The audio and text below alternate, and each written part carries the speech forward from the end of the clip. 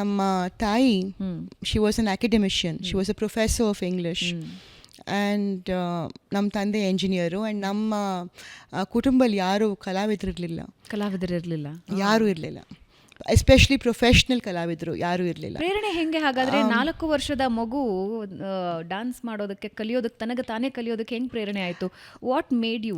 I think sometimes destiny goads you, destiny pushes you towards what you're meant to do.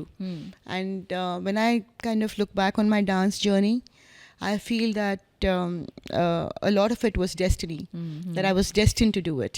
ನಮ್ಮ ಪರಿವಾರದಲ್ಲಿ ಯಾರೂ ಕೂಡ ಕಲಾವಿದರಿರಲಿಲ್ಲ. So ಹಾಗಾಗಿ ನಮ್ಮ ತಾಯಿ ಹೇಳಿದ್ರು, ಏನೋ ನನ್ನ 18 ವರ್ಷ ಆದಾಗ ನಾನು ಹೇಳಿದೆ ನಾನು ಪ್ರೊಫೆಷ್ನಲ್ ಡಾನ್ಸರ್ ಆಗಬೇಕು ಅಂತ. Professional dancer. ಸೊ ಅವ್ರು ಹೇಳಿದ್ರು, ಇಲ್ಲ, ಪ್ರೊಫೆಷ್ನಲ್ ಡಾನ್ಸರ್ ನೀನು ಆಗಬೇಕಾದ್ರೆ ನೀನು ಮಾಸ್ಟರ್ಸ್ ಡಿಗ್ರಿ ಮಾಡಬೇಕು. ಮಾಸ್ಟರ್ಸ್ ಡಿಗ್ರಿ ಆ ನಂತರ ನೀನು ಏನು ಬೇಕಾದ್ರೂ ಮಾಡು,